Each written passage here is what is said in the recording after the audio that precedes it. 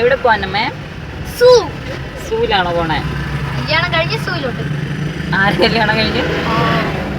ആരുടെയോ കല്യാണം. അത് കഴിഞ്ഞിട്ട് നമ്മൾ സൂയിൽ പോവാനും ആദ്യമായിട്ടാ സൂയിൽ പോകാൻ പോണേ അല്ലേ നമ്മെ? First time. റൈഹാൻ 2 വട്ടം പോയിട്ടുണ്ട്. ഓർമ്മയുണ്ടോ റൈഹുന്? ഒരിക്കൽ വാപ്പാടോടെ പോയി, പിന്നെ ഒരിക്കൽ മാമാടോടെ ഞാനും അപ്പവും റൈഹാനുമായിട്ട് പോയി. അപ്പം ഇന്ന് ഇൻഷാല്ലാ നമ്മൾ അന്നമ്മേനെ കൊണ്ടുവന്നിട്ട് സൂ കാണിക്കണം എന്നാണ് വിചാരിക്കുന്നത്. നടപടിയാവുമെന്ന് അറിയത്തില്ല. നോക്കി നോക്കാം കേട്ടോ. കല്യാണം വട്ടിയൂർക്കാവിലാണ്. അപ്പം നമ്മൾ കണ്ടമ്പലത്ത് നിന്ന് വട്ടിയൂർക്കാവ് വരെ എത്തണം. 46 കിലോമീറ്റേഴ്സ് ഉണ്ട് ഇവിടുന്ന്. നോക്കട്ടെ. ഇൻഷാല്ലാ നമുക്ക് നേരത്തെ ഇറങ്ങുവാണെങ്കിൽ സൂ ഒക്കെ വിസിറ്റ് ചെയ്ത് ഹാപ്പിയായിട്ട് തിരിച്ചു വരാം. കാറിൽ കയറിയാൽ ഛർദ്ദിക്കുക എന്ന് പറയുന്നത് 2 പേർക്കുമുള്ള ഒരു പരിപാടിയാണ് കേട്ടോ. അതുകൊണ്ടാണ് കേട്ടോ അന്നമ്മ കവറൊക്കെ പിടിച്ചിരിക്കുന്നത്. ഈ ഒരു കട ഉണ്ട്. അപ്പോൾ എനിക്ക് പഴയ കടകൾ ഓർമ്മ വന്നു കേട്ടോ. ഇതേപോലത്തെ കടകളൊക്കെ ഇപ്പോൾ കാണാൻ കിട്ടാറില്ലല്ലോ. അങ്ങനെ നമ്മൾ ചോദിച്ചു പറഞ്ഞ് മാസ് ഓഡിറ്റോറിയത്തിൽ എത്തിയിട്ടുണ്ട്. ഭയങ്കര തിരക്കായിരുന്നു. വണ്ടി ഇടാനുള്ള സ്ഥലം ഇല്ലായിരുന്നു. എവിടെയൊക്കെയോ കൊണ്ടുപോയിക്കുക വണ്ടിയൊക്കെ ഇട്ടു. നമ്മൾ ഓഡിറ്റോറിയത്തിൽ കയറി ജസ്റ്റ് ഒന്ന് കറങ്ങിയതിന് ശേഷം പിന്നെ പ്രധാന പരിപാടി ഫുഡ് അടിക്കലായിരുന്നു. മാഷാല്ലാ അത്യാവശ്യം നല്ല ബിരിയാണിയും ചിക്കൻ ഫ്രൈയും ഒക്കെ ആയിരുന്നു. ചിക്കൻ ബിരിയാണി ആയിരുന്നു കേട്ടോ. പപ്പടവും ഇവിടെ ഇരുന്ന ഒരാൾ പായസമല്ലല്ലോ ഐസ്ക്രീം കുടിക്കുന്നുണ്ട്.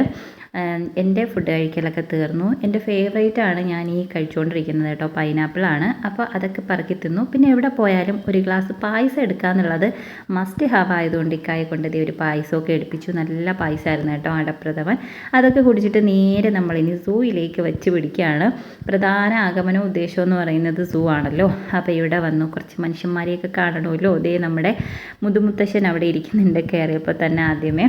പിന്നെ കുറേ പക്ഷികളും കാര്യങ്ങളും ഒക്കെ ഉണ്ട് കേട്ടോ. എൻ്റെ ക്യാമറയുടെ ക്ലാരിറ്റി കൊണ്ട് നിങ്ങൾക്കൊന്നും കാണാൻ പറ്റുമെന്ന് എനിക്ക് തോന്നുന്നില്ല. മുതലയാണ് കേട്ടോ എൻ്റെ അകത്ത് കിടക്കുന്നത്. പിന്നെ ഈ ആൾ മാത്രം എനിക്ക് വേണ്ടിയിട്ട് കുറച്ച് നേരം ഒന്ന് സഹകരിച്ചു എന്ന് പറയാൻ. ഇതിൻ്റെ അകത്ത് ഒരുപാട് അനയനും കൊക്കും കാര്യങ്ങളും ഒക്കെ ഉണ്ട് കേട്ടോ. മാഷാല്ലാ. ഇത് കണ്ടോ കരടി റെസ്റ്റ്ലെസ് ആയിട്ട് അങ്ങോട്ടും ഇങ്ങോട്ടും നടന്നുകൊണ്ടിരിക്കുവാണ്. ഇവിടെയും എന്തൊക്കെയൊക്കെയോ ഉണ്ട് കേട്ടോ. ഇത് അവർ മരത്തിൽ കൊത്തി വെച്ചേക്കുന്നതാണ്. അന്നമ്മ അത് ഒറിജിനലാണോ അല്ലേ എന്നൊക്കെ നോക്കുന്നുണ്ട്. കാണ്ടാമൃഗം അവിടെ നടക്കുന്നത് കണ്ടോ. ഞാനിതൊക്കെ ഹിപ്പോ ആണ് കാണ്ടാമൃഗമാണെന്നൊക്കെ പറഞ്ഞു തന്നാലേ നിങ്ങൾക്ക് മനസ്സിലാവുള്ളൂ. അത്രയ്ക്കുണ്ട് എൻ്റെ വീഡിയോയുടെ ക്ലാരിറ്റി.